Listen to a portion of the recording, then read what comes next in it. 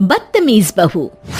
सभ्यता से भरपूर शास्त्री परिवार की इकलौती बेटी मोहिनी को बचपन में ही पढ़ाई के लिए विदेश भेज देते हैं, जहां से वो सालों बाद ग्रेजुएशन पूरी करके इंडिया वापस आती है, जो अब संस्कार, सभ्यता, संस्कृति जैसी चीजों से कोसों दूर होती है।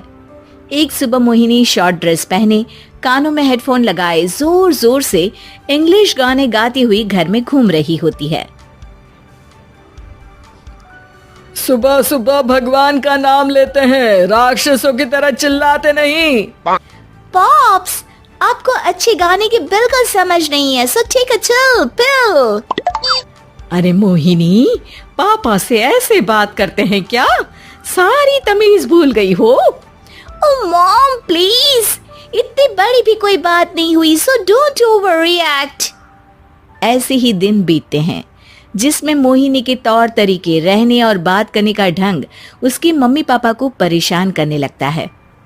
भला कोई मानेगा कि ये मेरी बेटी है?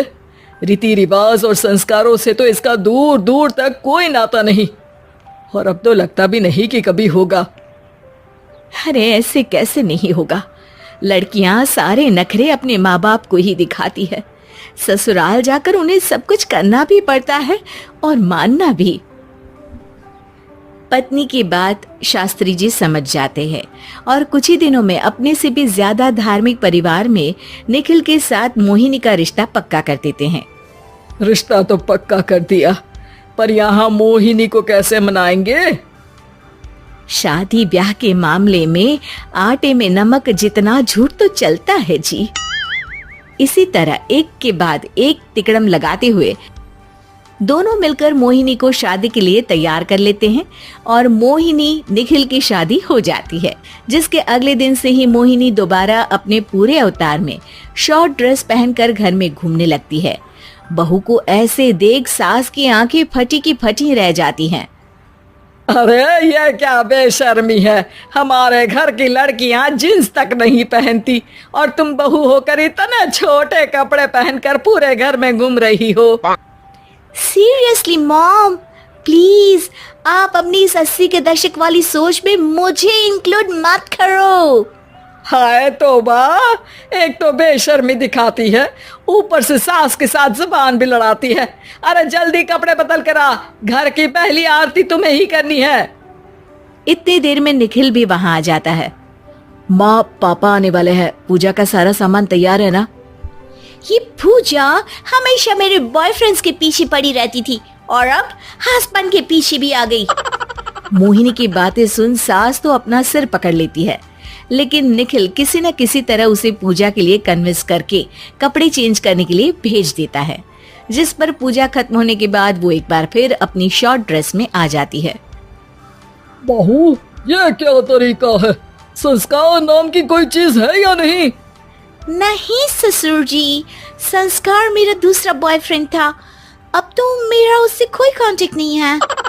मोहिनी का जवाब सुन के ससुर तो भगवान नाम जपते वहां से चले जाते हैं, लेकिन सास बहू के बीच कहासुनी फिर शुरू हो जाती है, जिसे इग्नोर करते हुए मोहिनी घर से बाहर चली जाती है और देर रात घर वापस आती है। मोहिनी, मैं जानता हूँ कि तुम विदेश में रही हो और तुम्हें वहीं की आदत है, पर यहाँ चीजें कुछ अलग है। अगर तुम उस हिसाब से कुछ एडजस्ट कर लो तो सबके लिए सही हो जाएगा। I am not in a lecture mood. Good night.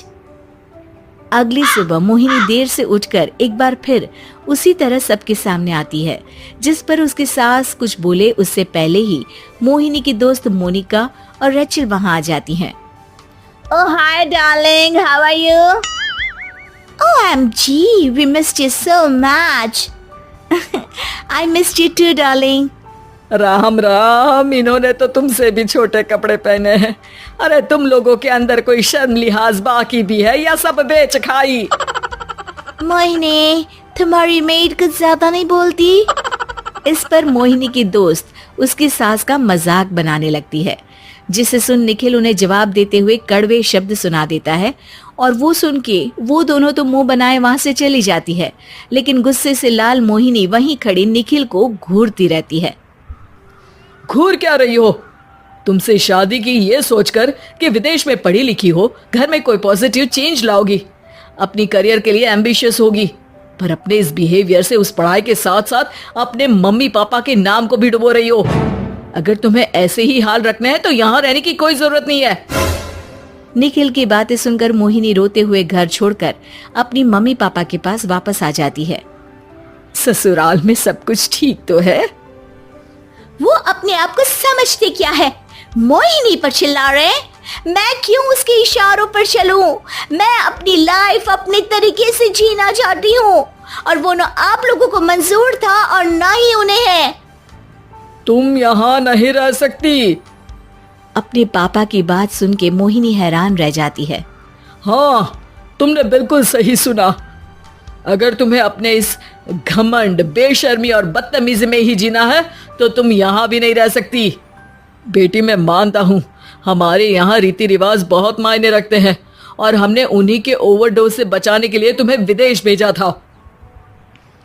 एक लड़की जो शादी करके घर और बच्चे संभालती है, उससे तुम अपने आप को ज्यादा समझ सको इसके लिए भेजा था। तुम उससे ज्यादा समझो और बनो, पर तुम तो किसी दूसरी ही ट्रेन में चढ़ गई बेटा। उसके मम्मी पापा बहुत देर तक मोहिनी को सारी बातें समझाते हैं, जिन्हें सुनकर मोहिनी को अपनी गलती का एहसास होता है। वो जॉब ज्वाइन कर लेती है और ससुराल वापस आकर उन्हें मॉडर्न बनाती है और खुद भी कुछ रिवाज सीखते हुए खुशी से रहने लगती है।